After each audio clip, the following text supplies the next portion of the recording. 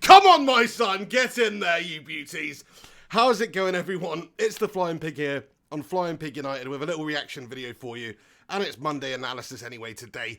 But come on, get in there. Harry Maguire has just signed official, or just been unveiled about an hour ago. I was a little bit busy at the time, but he is now officially a Manchester United player. The club have announced it, the player have announced it. He's holding the shirt, he's with Ole Gunnar. It's done. It's official. It's a steal. It's a deal. It's the sale of the fucking century. Well, it's maybe not a steal because it's 80 million quid, but still, I'm very happy that we managed to get the player that we so desperately required for such a long time in there. Harry Maguire, the big freaking slabhead himself, is now a Manchester United player. That calls for one thing. It calls for me getting a shirt with number 5 slabhead on the back. Absolutely. Get in there, you beauty. It's a great signing for us. It really is, because he is got the experience. He has got the abilities on the ball. He's a great defender. He's got a massive head. You know, all these things definitely add up to being a good, useful defender for us. But if you look at the backline that United have had over the last few seasons, it's a freaking absolute gash-tastic shambles. Like, what were we doing? So it's very important that we got Harry Maguire in, a player that a lot of the other teams around world football probably would have been interested in as well. Seeing his World Cup performance last year and also his general performances in the Premier League for Leicester. Pep Guardiola, I saw talking some absolute cod about him when asked about what do you think about Manchester United signing Harry Maguire. He said they've got themselves a great player. He said we couldn't afford him. Shut up, Pep. But anyway, it's a great signing from Manchester United to get this lad through the door. 80 million. What do you guys think about that? Too much? Too much? Is it too much? Is it too much? Stick your too much in a sack, because we needed the lad. And 80 million in today's transfer market is not absolutely ridiculously crazy. It might be a premium, absolutely. He's only worth 60 million really in today's market, but we've paid the money. We've got our man. That's the most important thing. Yeah, very, very buzzing about this one. Let me just read you a couple of quotes from the man himself, from the slabhead himself. Not only has he got a head shaped so similarly to a breeze block, but you think he maybe would have brains to match, but no, he actually can speak, this man. So let's see what this lad's got to say for himself. So Maguire moves to United on a 6-year deal with an option for a 7th year for a fee understood to be £80 million. So we got this lad for 6 years. That's the best part of his career. That'll take him up to about 31. He'll probably be in Gareth Southgate's plans for that entire time for England as well, which is great. You know, great to have an England international in there, because people like Smalling and Jones, they're not realistically going to get in the England team regularly. And it's important. United should have players representing England. They absolutely should have. So there's another one there to add to, you know, the likes of Lingard and Rashford and people like that. A quote from the lad himself reads, "I am delighted to have signed for this great club," Maguire said after completing his move to United. "I have thoroughly enjoyed my time at Leicester and would like to thank everyone at the club and the fans for their fantastic support over the past 2 seasons. However, when Manchester United come knocking on your door, it is an incredible opportunity." Somebody told Dybala that, the prick. Anyway, he says, "From my conversations with the manager, I am excited about the vision and plans he has for the team. It's clear to see that Ollie is building a team to win trophies. I am now looking forward to meeting my new teammates and getting the season started." Oh! It's brilliant, isn't it? So yeah, there we go.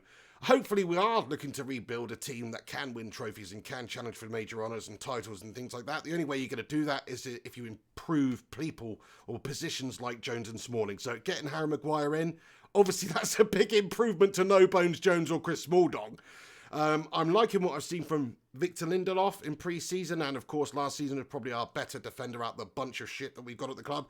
But partner him with Harry Maguire, and that sounds like a really, really nice centre-back pairing. I know some people aren't crazy about the idea of, say, 2 ball-playing defenders playing together. Somebody was on my channel the other day saying it will never work because they just won't match together. But I know what you're saying. Somebody's supposed to be like the limited defender, the stopper. The other one's supposed to be the ball-playing centre-back. But I think in this scenario, we've just got 2. We've got the best of both worlds. It's like when we had Vidic and Ferdinand. Ferdinand was great at playing the ball out. He was great on the ball. He was great at stopping. Vidic was a fantastic stopper and also very good at playing the ball out. Maybe not quite to the level as Rio in terms of ball playing, but still they could both play with the ball. They could both defend. That's what's wrong with that. So I think Harry Maguire will be a good foil for Victor Lindelof. He's a big unit, isn't he? And I'm not just talking about his cranium, just in general. The size of the man, the stature of the man, he can do a really good job defending set pieces and things like that. And he's very comfortable on the ball, bring it out from the back, play it out from the back, that sort of thing. So I think you're going to see a whole new look to this United defence, obviously, because we've got Maguire and Wan-Bissaka in there compared to last year. But I just mean the way in which we go about our defensive style and things like that. And also just the amount of goals that we concede. I'm thinking if you spend £80 million on a centre-back and £50 million on a right-back, that should improve your starting 11. So that's where we're at the moment. United, obviously, we've got a lot of work to do between now and the end of the window, in my opinion, because we are lacking seriously in midfield. Ander Herrera did want to PSG, of course. We haven't replaced him. We haven't got a suitable replacement in. We'll get onto that a little bit later in this Monday analysis video. But I'm going to go through and read a bunch of your comments out now to see what you guys think about the official done deal signing of Harry Maguire to Manchester United from Leicester City for £80 million. Oh, it's done. Wasn't 100% sure if we were ever going to get this one over the line because you know what United have been like over the last couple of years, trying to sign players. And this Harry Maguire deal has been rolling on for about a year now. We were trying to sign him last year as well. Leicester City knocked it back there. Did they want too much money for that? I'm glad an agreement was finally reached, of course, because it's a good move for everybody involved. It really is. Leicester City, they get a huge amount of money for a player who's only really worth 60 million. Maybe he is worth 80 million to them. But, you know, they get a good amount of money to reinvest and they can put themselves in a good position for maybe not the start of the season, but we'll see what happens, but soon. They've obviously got a decent team as well. Manchester United have got themselves a leader at the back there. We've got ourselves a character. We have ourselves a slab head. We've got somebody who can come in and improve our defence overnight and hopefully just slot in there. I'm hoping we see him in the Chelsea game. Of course, it's a big, tough task and an ask to just say, look, Harry, thanks for signing. Here you are, mate. Bang! Stuck in there against Chelsea, first game of the season. You better play well. You know, it's a tough game to come into, but let's see what the measure of the man is. Does the man have the character to go in there and slot right into United's defence and put in a boss of a performance? I really hope so. Right, guys, let's get into your comments below. Thanks to everybody who's tuning in right now. Do us a favour, if you are tuning in live to this video, smack a cheeky little like on it. Smack a cheeky little like on it and get your thoughts and opinions in the comment section below. Hang on a second. Harry! Get in there.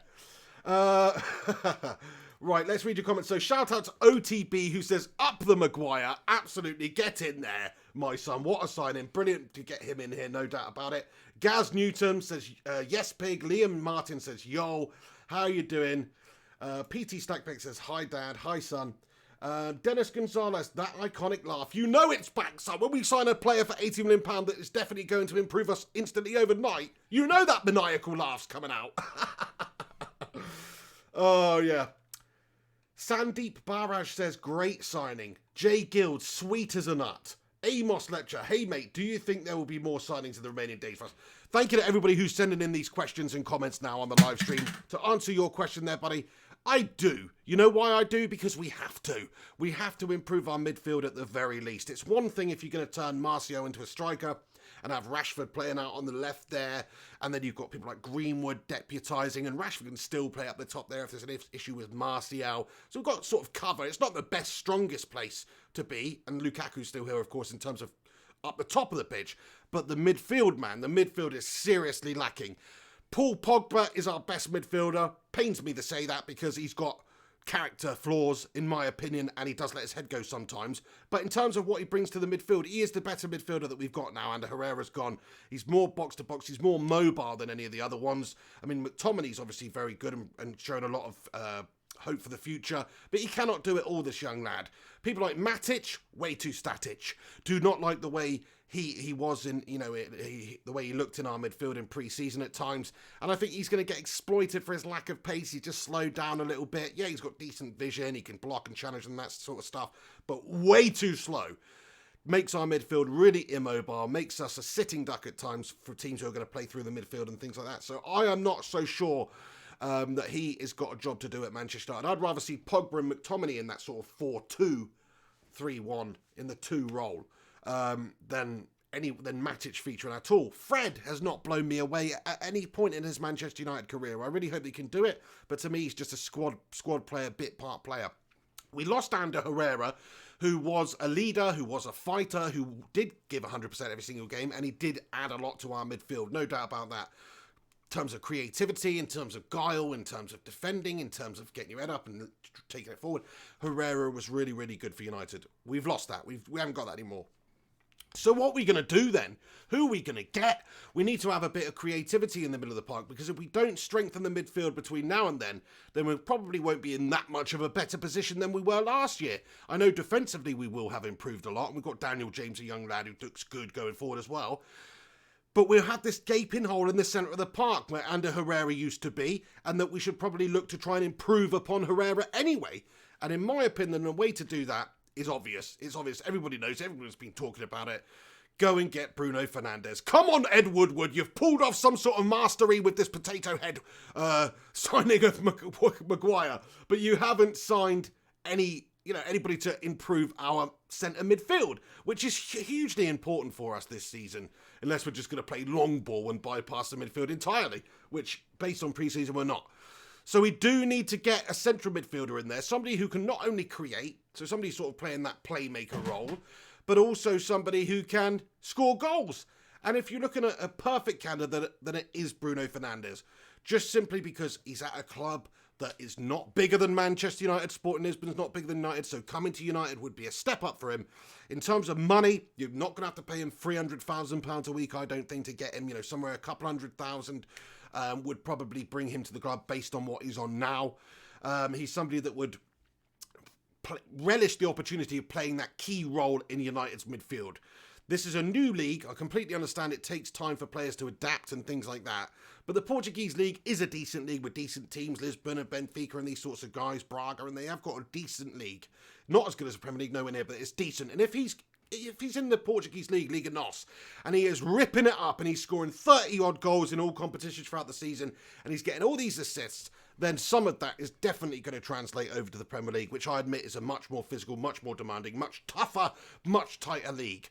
But I think, who else is there? We can't go. We can't go and sign, these big marquee names and things like. We don't even want to, because of the amount of money that's involved, and we don't want players coming to the club that are just coming for money. Which actually takes me on to my next point before I get back into the questions on this episode of Monday Analysis. So Monday Analysis is back now. It's disguised today as sort of an official unveiling of Harry Maguire video, but it's actually Monday Analysis. So I do a live video podcast, around about half an hour or something, every single Monday, just talking about the major sporting headlines or discussing what happened once the season gets going at the weekend on a Monday. So make sure you do keep a lookout for this Monday Analysis episode going forward. For now, smack a cheeky little like on it.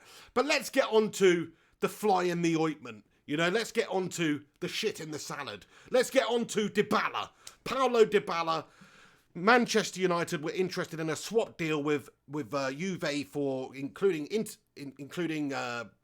Lukaku going in the opposite direction and Paulo Dybala coming to Manchester. Well, it turns out that that's pretty much looking unlikely, because Dybala, we've supposedly withdrawn our interest in Paulo Dybala based on the negotiations that we've had with him and his agent, where they're just asking for too much money, £350,000 a week or whatever it is that it may be that's being reported and all that sort of stuff. So, we have to take it with a pinch of salt, but apparently Dybala's asking for way too much money. And yes, he looks like a good player, and yes, he could really add something to United, but we do not want to be signing players who have got us bent over the barrel, who are trying to squeeze more money out of us, who are just coming for the money, basically. It's not the right look for United at the moment. We had it previously in the past when we signed players like Falcao or signed players like Di Maria, where they're just coming for the money. They're just coming for the money. Their heart's not in it. They're not hungry. I'd rather see us spend the sort of money or the wages that we would be spending on younger players and developing some younger, hungrier players. People like that Longstaff lad who is supposed to be worth 50 million after 9 games in the top flight, which is crazy. Not for 50 million, but people like that I'd rather see signed. than somebody who's only coming for the money. Somebody who's only coming so they can earn more money. Not because they actually want to wear that red shirt, they want to progress their career, they want to play for United, but because they're just coming for money. And I think we've done that too many times recently, and it's not worked out for us. So those days should be well and over with United. I'm glad that we've not persevered with the Dybala deal, if that's the case, and just paid the money, because I think Ole Gunnar's got a clear philosophy with what he wants to do. He wants hungry players, he wants determined players, he wants players who are going to fight for that red shirt, and he also wants younger, hungrier players who have something to prove, who are going to come in and really, really give it their all. And I'm sorry, even if he is that sort of a character, if you're demanding extra money, if your agent's demanding extortionate fees and things like that, it's not a good look, and it definitely does ring alarm bells. So, do want Dybala. That's all I'm saying. You're diabolical, pal. That's what I'd say. So, there we are. But what does that mean for the Lukaku deal going in the opposite direction? Apparently, and it's a big apparently, but apparently Inter Milan have actually rekindled their interest in Lukaku and are looking to fork up the actual £79 million or whatever it is that they're going to have to pay to get him to go to Milan. Which I would like to see. It's a good cash deal for us if we could recoup all of the money for Romelu Lukaku. It just hasn't worked out for United. Do you know what, though? If we don't actually improve and sign somebody else, it's not like we're going to sign a striker, I don't think, or even a winger. I think that the very best United can hope for in this transfer window is to bring in somebody like Bruno Fernandes in midfield. And if not him, somebody else, because we absolutely do need a midfielder, no doubt. A central midfielder, a creator, 100% that's what we need. But if we don't get him, and Lukaku doesn't go to Juventus or doesn't go to Inter Milan, will I be that bothered that we've still got Romelu Lukaku? Not really, because he is a good player. It gives us another option. It gives us a big unit to bring on in games and stick up the pitch and hold the ball up for us when the likes of Rashford and Martial are maybe not doing it, or we need to do something different in the game and give us another option. I get that, and that's great. But at the same time, yeah, I'd rather see him go because I just don't think he's the right fit for United. And obviously, everyone knows he wants to go. He wants to go. There's clubs queuing up to sign him in Italy. So it should happen. It just depends whether or not a club's going to come in and pay £75 million for Lukaku, which, based on the last season or two for United, is not very good value. But based on the seasons before, is definitely good value. Right, let's get back into your comments, lads and lasses, you bunch of legends. Thanks so much for tuning in. Just absolutely buzzing about the official unveiling of Harry Maguire at Manchester United. Bring the rest in now, Ed. Come on, peel your skin, peel that potato skin off, revitalise yourself, refreshen yourself, and go and get the Bruno Fernandes deal done. Evans Kundowi comments, bring in Bruno. Absolutely, yeah, I totally agree. I think that is the logical next step. Gary Reed comments, why the hell Ollie naming Young as captain? That is strange. Don't really understand it. Maybe he was just there for moral support. I'd like to see Ashley Young given a backup role at the club, given some pom-poms so he could just stand on the sidelines and do some freaking cheerleading. That I can understand as a captain's role for Ashley Young, but not actually out there on the pitch as a player.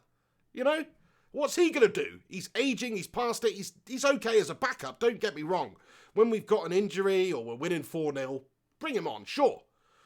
But any other time, he shouldn't really be on the pitch, and making him captain is a bizarre one. Sure, he might be the most experienced player in the squad for United, but come on, he's not. How many games is he going to play? That really does make me consider Ole Gunnar Solskjaer, what he's going to actually do with this United side, because why make him club captain when you could make somebody else who is going to feature more in the team club captain? I guess Ole Gunnar Solskjaer does have plans for Ashley Young, which is worrying, because he's shit, isn't he? Dark Halls, very good comment, says Maguire will not solve our midfield. That's very true. We need to bring some top player in to improve our midfield. We haven't replaced Ander Herrera. Everyone knows that's going to be our problem area now. I mean, if you look at who we've got in midfield, whether it's Pogba, who's a question mark whether he's staying or going, Fred, who's okay, McTominay, who looks good and a really good young prospect, and I'm excited about his development in the club, but is still a reasonably young lad and still doesn't have the necessary experience to really depend on. That's all I'm saying. Matic, just too slow. Frankenstein's monster. The sooner we move him on, the better, but I don't think that's going to happen either. So yeah, who else is there I'm missing? I mean, of course you've got a few more advanced players, but I'm just thinking about who can play in that middle of the pitch part. People like Matto, people like Lingard. Obviously, I'm not really including them in this sort of midfielder that we need to go and sign. But we definitely do. We've got a comment from Ryan who says, Maguire will help the midfield though, mate, because they can build attacks rather than sitting to protect our weak defence. You've got a good point. I mean, if you look at the way that United played when Ole Gunnar Solskjaer first came into the club and took us over and improved us overnight, then we were basically bypassing the midfield at times. I mean, we were really playing direct football, getting it forward quickly, getting it to the attackers. There was a certain level of gung-ho attitude where we're just attacking, and it really worked for us. And you know what? In that period of games of, say, 10 games where we attacked and we scored goals and we looked good, our defence looked incredible. Why? Because they had all of that pressure off them, because the team in front of them were actually being effective at attacking. And that does take a lot of the pressure off the defence, because the ball's not being spat back at you every single time for you to defend, and you're going up there and you are having good phases of attacking play. Then the defence is obviously going to benefit from that. There's not so much pressure on them. When we used to play under Jose Mourinho, it was so frustrating because we just allowed the opposition the ball at times, and we'd have a certain point of a confrontation where we would close them down.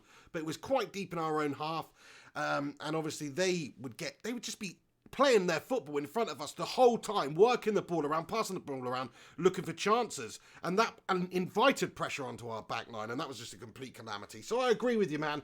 I mean, having a better defence, it's gonna benefit the entire team. It's gonna benefit the midfield. So yeah, I mean, it won't solve our midfield problems, but it will help out a little bit if we've just got a bit more stability at the back and players there who can mop up and sweep up for the shite that we do have in the midfield. Derek Jackson says, hey pig, Manchester is a bit hot. Thank you for stopping by there, Derek Jackson. It's hot right now because we've got Maguire there.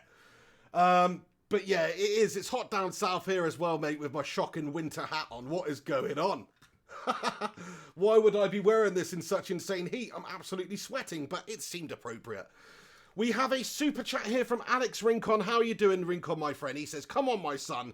Can't wait for Sunday. Get in there, you beauty. Less than a week until the Premier League campaign kicks off again. Come on, you beauty.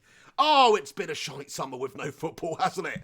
But when the season starts proper, United should be better placed to compete for those top 4 spaces next year. And I doubt surprise anyone beyond that, but hopefully.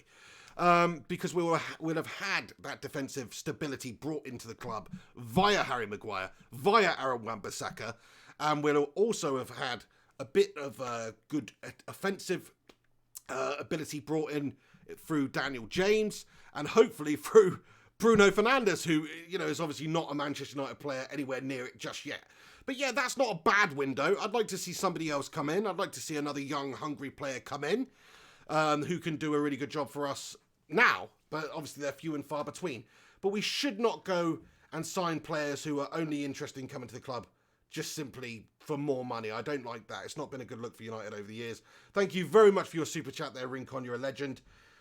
Conan Watt says, what do you think about Mandzukic being strongly linked? Well, if he's happy to just take a backup role to the likes of Martial and the likes of Rashford, then yeah, I mean, Mandzukic is obviously a really experienced player. He's a very good player. He's been at the top level for a very long time.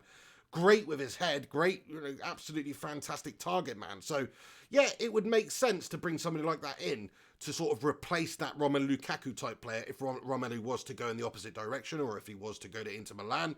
Then it makes sense to have Mario Mandzukic come in as a sort of deputy, somebody with experience to deputise for the likes of Rashford, the likes of Martial, because he's a proven goal scorer. He does give you something different. He is a bigger unit of a man, and you can play a different way with somebody like Mario Mandzukic. I've actually always rated Mario Mandzukic. People seem very uninspired with Mario Mandzukic, but I'm not talking about your main man striker here. I'm just saying as a squad player, as a backup player, to give you a different option, something that maybe Lukaku would be able to give you as well, but obviously he'll be moving on, so that won't work. But yeah, I mean, Mandzukic is a very good, talented player. I'd like to see him come to the club.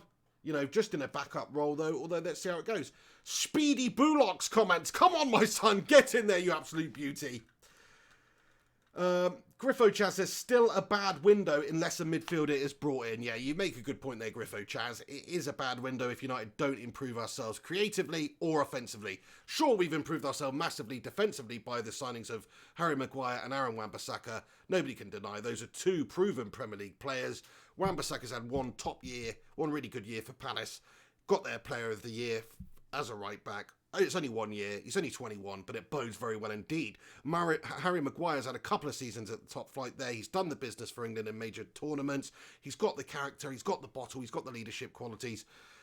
So we're going to be way more defensively sound. But unless we do bring in a midfielder to solve the problem of Ander Herrera leaving, then you have to say it's not been a very good window. We would have stopped the goals being conceded, but what would we have actually done to help create the goals and score the goals? I'm not so sure we would have done very much unless we do bring in that sort of really creative midfielder, maybe a goal-scoring midfielder too, like Bruno Fernandes. Come on, Woodward, sort it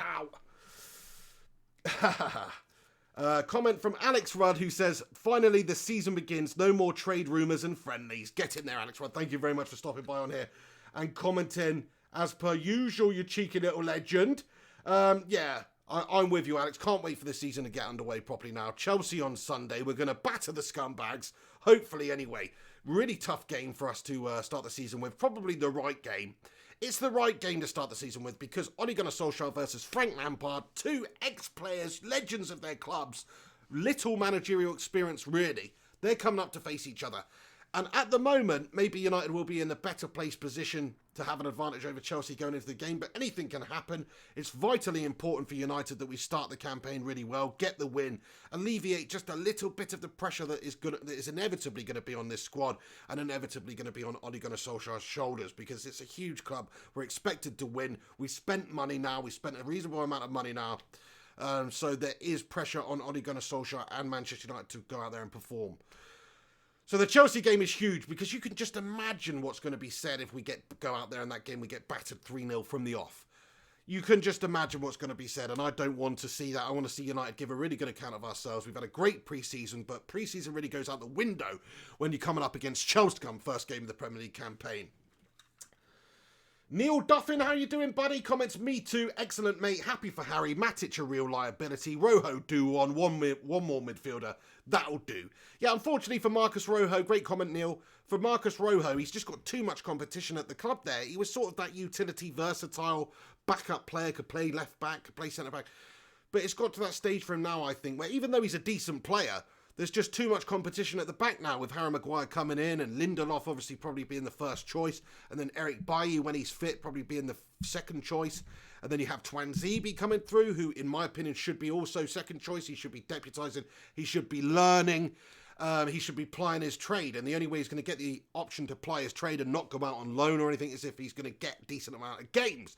The only reason he's going to get a decent amount of games is if we don't have people like Jones, we don't have people like Smalling, we don't have people like Rojo above him in the pecking order. And I think they've got a very limited ceiling. Whereas with Twanzebe, I think he could really go on and be a fantastic defender for us. Looks very cool, very calm, very collected for such a young lad. Thank you very much there, Neil. Very good comment there. MT comments and says Lukaku is 100% going. He trained with Anderlecht today to stay fit before move. Crikey, I did not know that. If that's true, then that's messed up. What a twat. But no, fair enough. If he's not been able to train with United's team, then he's got to train somewhere, I suppose. But yeah, I mean, I think he's 100% going too. It looked like Juventus were going to get the deal because of this whole swap. But now that's not happened. Do they want to fork out the money? Maybe not. We know Inter Milan have the interest. We know Inter Milan have already tabled a £60-odd million bid, supposedly. Would they stump up the extra 10 or 15 million to get him? I think they will at this stage. It will be a nice move for them as well to sort of steal him out from under Juventus. So I think the most likely candidate is probably Inter Milan now, unless Juventus do in fact want to come in with an offer of just cash. Dybala would be nice to bring into United, but not if he's only coming for the money, not if he wants to be paid an extortionate amount of money.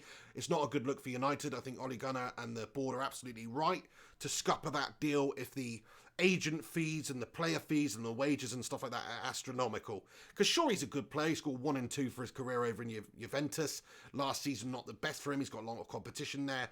He could do a good job for United, but he could also turn out to be a complete nightmare for us. The likes of Falcao, the likes of Di Maria, they do spring to mind, where they've got all the talent in the world, but they're also mercenary twats, and they're just coming for the buck. We don't want people like that. We don't want mercenaries. We want people with heart. We want people who want to fight for the shirt, who would relish the opportunity of playing for United. That's why we've gone for Harry Maguire, because he's obviously an English lad. He plays for Leicester, who are a smaller club. He knows what it means to play for Manchester United. Aaron Wan-Bissaka, same with him, coming from Palace. He knows what it means to represent Manchester United and wear that red shirt. Even though obviously not a United fan or whatever, he just knows that.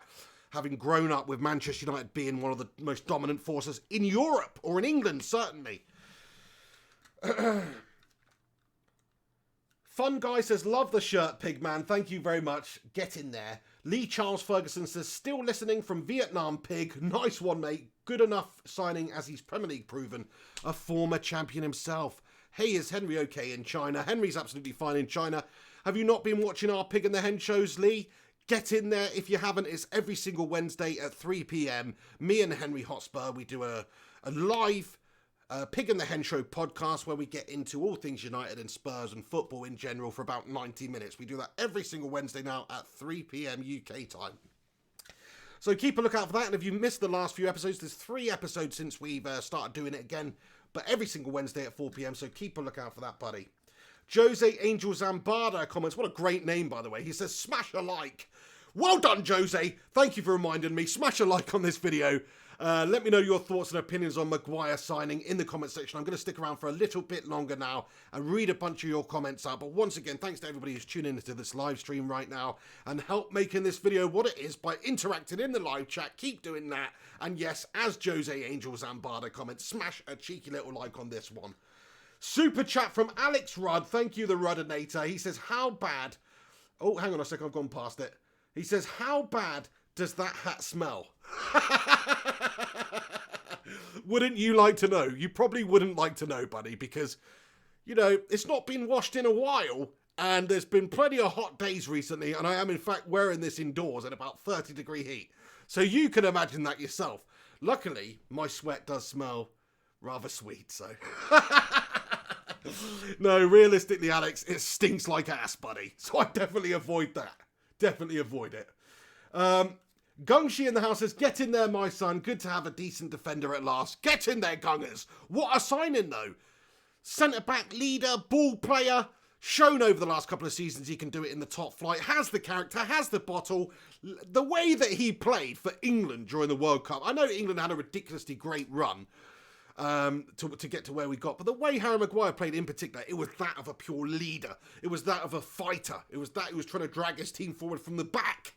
So I love that. I really do. I think he's going to be an excellent character for us. And that's one of the most important things that United have lost since Sir Alex left, I think, is characters.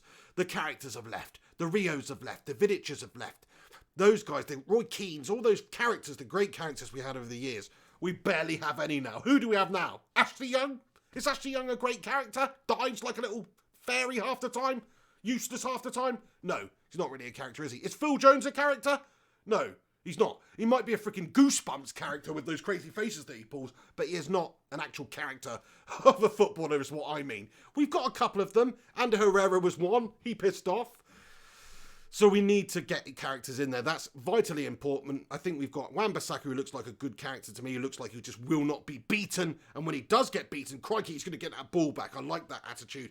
And now we've got the same thing in Maguire, somebody who's really going to be able to lead and expect a lot from his teammates around him, organise and that kind of thing.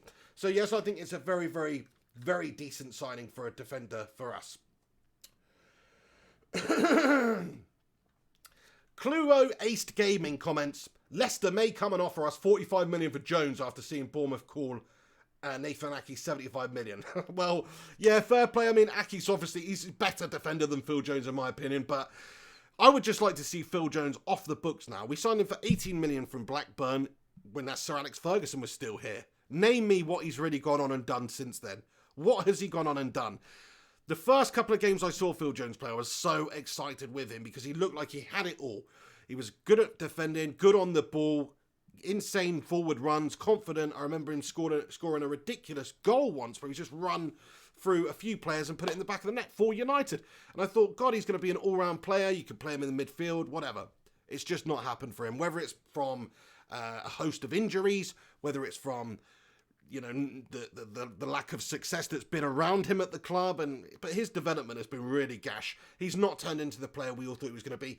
I say now's the time to move him on.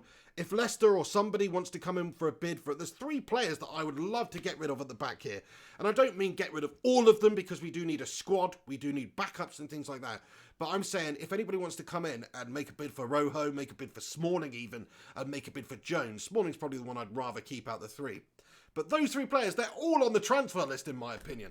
If somebody wants them, come and table an offer. Take him off our hands. Get the wages off the books. You'll get actually a decent player. Let's say Leicester City came in and they wanted to sign Chris Smalling.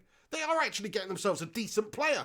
Not a top player, not somebody that's going to really help them break into the top 4 in my opinion, but a decent player. Now, Chris Smalling got player of the season for us one year, I remember, under Louis van Gaal. Great defensive displays from the lad throughout the season, so he can do it.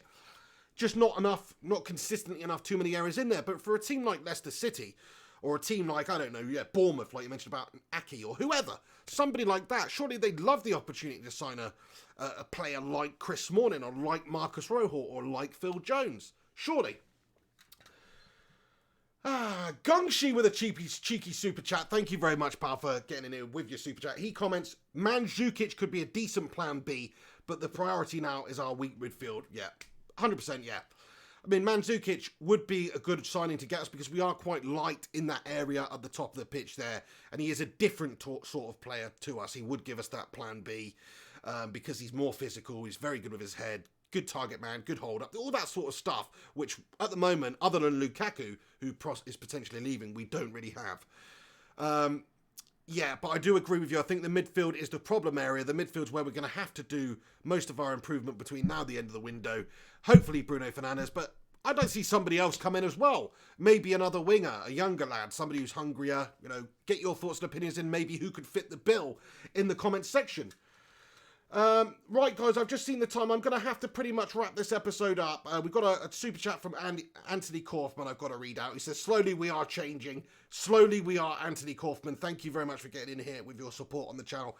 We are changing slowly but surely. Let's hope we can do it a little bit quicker and get Fernandes in there in the midfield. Then I think most United fans would be pretty happy with our midfield. We'd probably be only one player away from having the sort of perfect transfer window.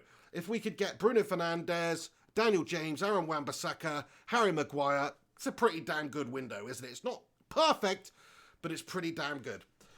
Right, guys, thank you to everybody who's tuned in and commented and interacted with these videos. I'm going to do a few shout-outs for anybody that I've not been able to read out comments from. Ryan Lim, Yassar HS, Phil, Mike, I'm not going to read the last bit, but and Gaz Newton, good name, by the way, Phil. Anyway, all you legends, thanks so much for tuning in on the live stream today, just to give you my thoughts and reaction to the official unveiling of Harry Maguire by Manchester United.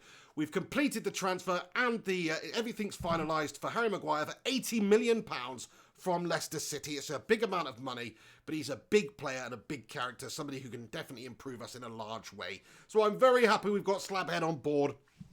Anybody who I've not responded to, come back once this video's finished. When I've clicked end on this video, wait for the video to publish, come back, get your thoughts in the not live comments and let me know your opinions. I'll respond to everybody I can in due course.